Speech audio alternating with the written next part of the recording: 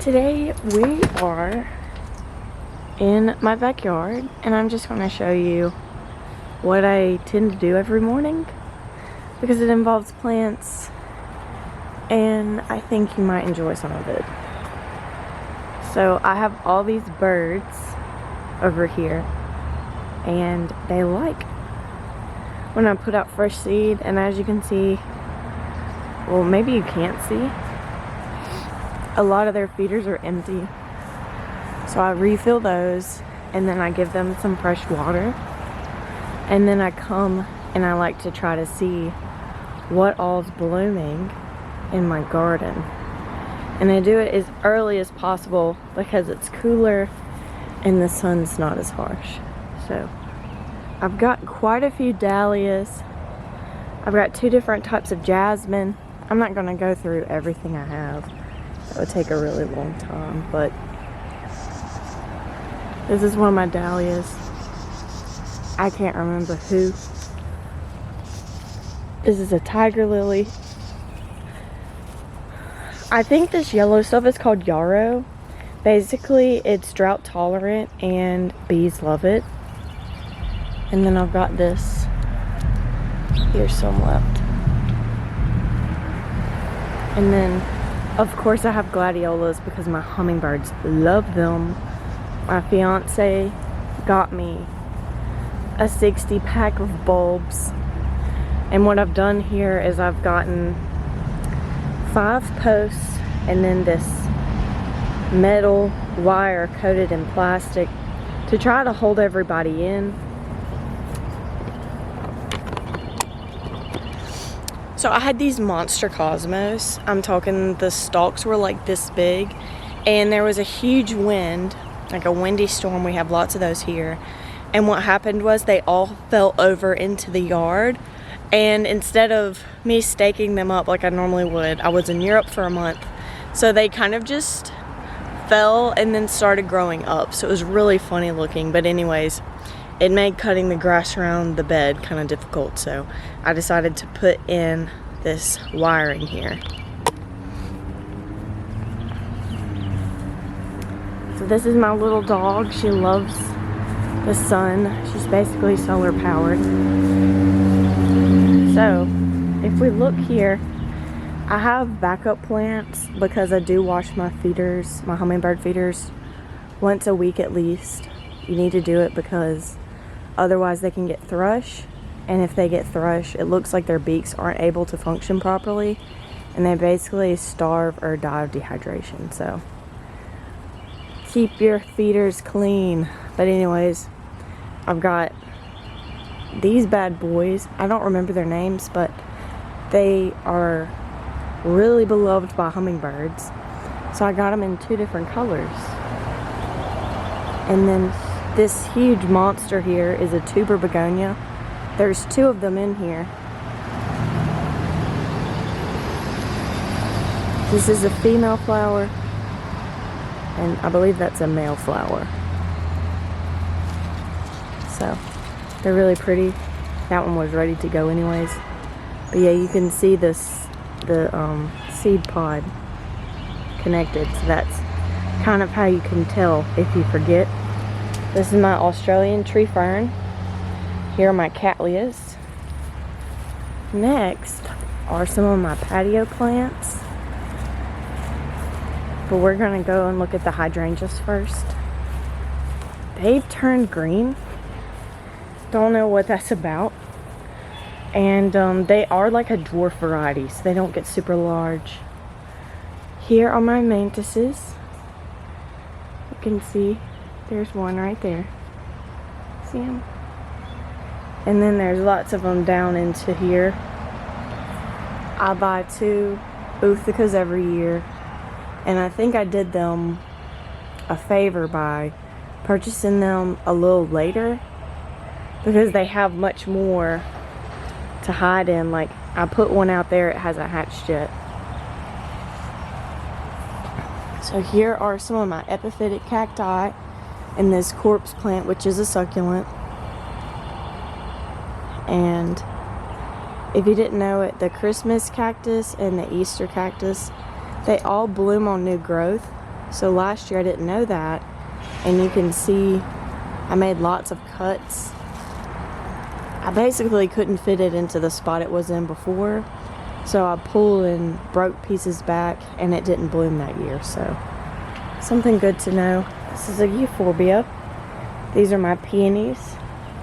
Here are more dahlias, and if you're curious, these bags are an organic way to protect the flowers from thrips. They love my dahlias and my white rose specifically, not my red one. This is a tuberose. So something I started doing last year was I started trying to grow things that people, or you'll see as notes in perfume. So tuberose is one of those. Here are my 3 completely circular cacti: a mojito, a rose, my sarracenia, and then more cacti. I need to take all these weeds out. There's my Venus flytrap. This is my beautiful rose. It's a floribunda rose, which means it grows flowers in clusters, and it's called Bolero. And it smells like lemons, so you can kind of see it. Next are my clovers that always have 4 leaves. And then this is a graft. So what I did was I planted a lot of stuff around the base of the graft, because they were basically saying like you need to shield it from the sun, and they gave you all kinds of cardinal directions on how to protect it. So I'm not good with directions, so I just planted a bunch of stuff around it to try to shade it. But yeah, these are like kind of crazy. This is my miniature rose my fiance got me for Valentine's Day, and it doesn't ever have thrips, but it does have aphids. This one doesn't have aphids, but it has thrips. So aphids are easy. I just get the hose and I just spray them off, and I have a very healthy ladybug and ladybug larva population that tend to take care of those for me. This is my bougainvillea and some of my amaryllis. You'll notice that their leaves are very perky. They flop down like this whenever they're in a place where they just don't receive enough light. So you can see this newer growth in the center. It all grew outside. And then I have a primrose on the back. So here it is. It finished blooming. But yeah, the bougainvillea really didn't like being put into a larger pot, and it lost all of its flowers. But after 2 months and some fertilizer and just watering once a week, or once everybody starts to kind of wilt, it has popped back. So this is a very exciting corner. This is where I collect rainwater, and here is one of my torch begonias, and I have it in a bag because it came from the living wall. Somebody had white flies, so I figured out it was the herbs I brought in. The herbs had thrips, they had white flies, and they had aphids, so they had to go. But anyways, this large barrel came from Sam's, and if you want to have anything planted here and you have severe rainstorms, you need to just put pots in there, because the soil just washes out. You can see remnants of soil because I did plant something in there, and it kind of just like went. It was a begonia I already had, luckily. So here are my Mithoniopsis, and they are blooming. Okay, we got 4 spikes here, so that's 1. Every time I come out and look, which isn't incredibly often, I have more spikes. So that right there, spike, that's a spike, and this little oddball here just looks to be a single flower, and that one looks like it's gonna open first. So this one is really cool. Yeah, so they're blooming.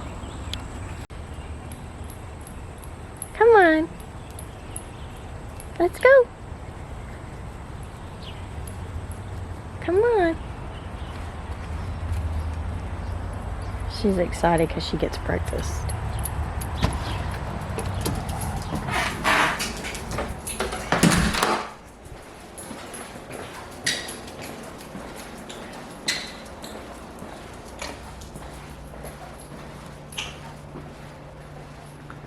Next thing I do is I kind of just look at the wall.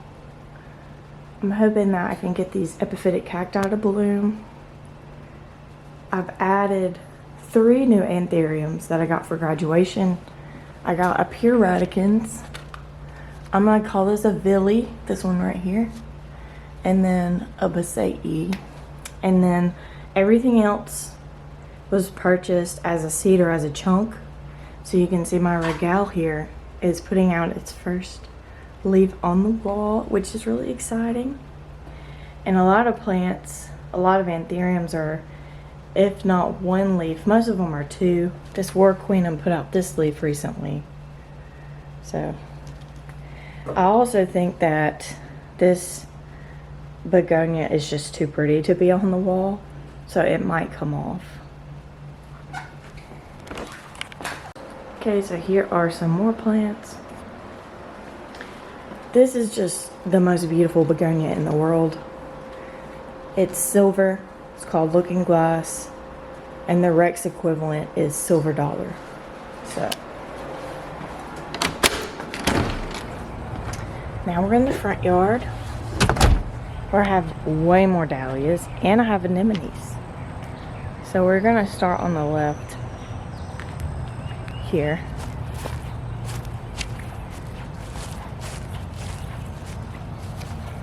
So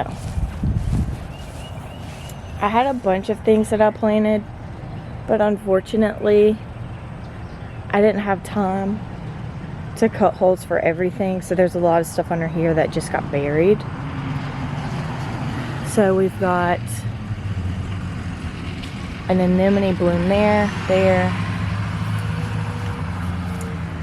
I mean, there's probably like 5 or 6. I'll attach a photo. I can't remember what this is called, but I kind of just threw seeds down. These are the tiger sunflowers, and behind them are the white dahlias, and they're kind of a little too close to the house, but I planted them pretty close so they could lean up against the house. Then I've got some thistle here. That's the thistle. It's the blue star, if you can see the name. So I do forget sometimes when I plant things, so I started making labels, but I'm not always consistent. Now we have the beautiful dahlias. These are border dahlias. They don't get incredibly tall, so you can see them there. That's one variety. And then these are sunflowers, and I didn't know that they don't get huge until just like recently, having planted them. But these are the teddy sunflowers, so they are not normal. They've got this style. This one's kind of different. The package really looks like this. So they're not incredibly large sunflowers, and it looks like there's a caterpillar here somewhere. So let's do some investigating. Birds really need caterpillars for their babies, so maybe they'll find it. This is a really nice large group. I tried to stay pink and white, but of course I did have to get this one. Look how beautiful that is. Just gorgeous. And call me crazy, but it just seems like the thrips like the lighter flowers. You know? Maybe you don't know. Maybe you're one of those lucky souls. Here's a climbing rose. This is my favorite plant. It's called Funny Face. And look, it's got faces. Look at that. Looks like faces. Hummingbirds love it. This one's doing great. This one got stepped on, but it's making a comeback. It's so sad compared to this one. This one's so big, but since the faucet's on this side, it gets more traffic. So this is on a soaker hose system. I think that's what you call it. But basically, they get so many minutes at 4 a.m. of water. So that's how they're watered, and it's underneath the weed fabric and underneath the mulch. So we had to do some engineering with that because soaker hoses needed inputs to keep the pressure even throughout it. And we found that some places were a little higher on the ground and they weren't getting enough light. So this is a Stilby here. And then we've got 2 hydrangeas. This one's special because it has pointed flower petals. Also, our soil isn't super basic or acidic, so our hydrangeas tend to be purple. This one was on clearance. Let's get over here so we can see a little better. This one was on clearance. It's called a tuxedo hydrangea because it has black, dark leaves. Also have a limelight pinnacle hydrangea over there I completely forgot about. It's not as impressive. So both this one and the limelight, they both came from Proven Winners, and I ironically ordered them on Amazon. They were the first things that I planted, and this one just so healthy, so beautiful. The limelight that came, awful. I thought it was gonna die. So I did look at the return address, and they did come from different Amazon warehouses. So one of them's doing something right and one of them's not. But anyways, this one, yeah, $15. It has these beautiful pink flowers no matter what the soil's doing. But if you can see, these flowers are not pointed and these are. So it's pretty cool.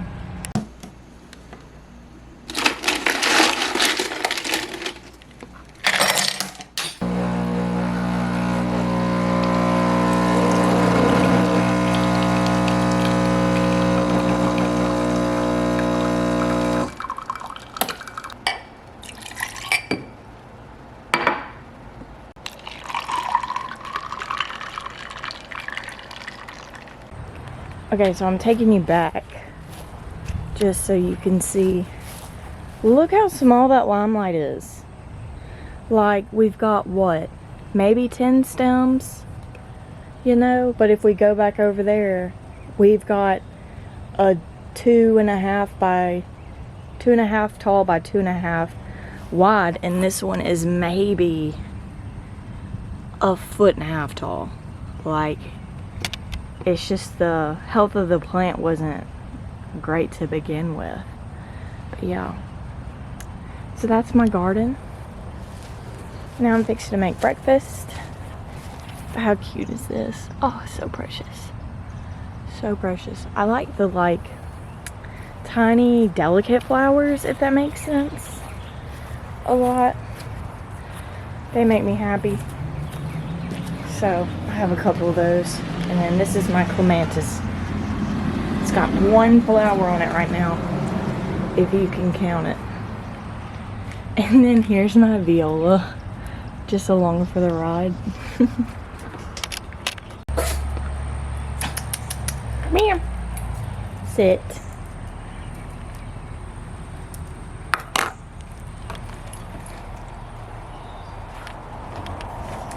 So I like to eat my breakfast and sip on my coffee, and I have, these are actually not windows, it's a screen, so it's got some give to it.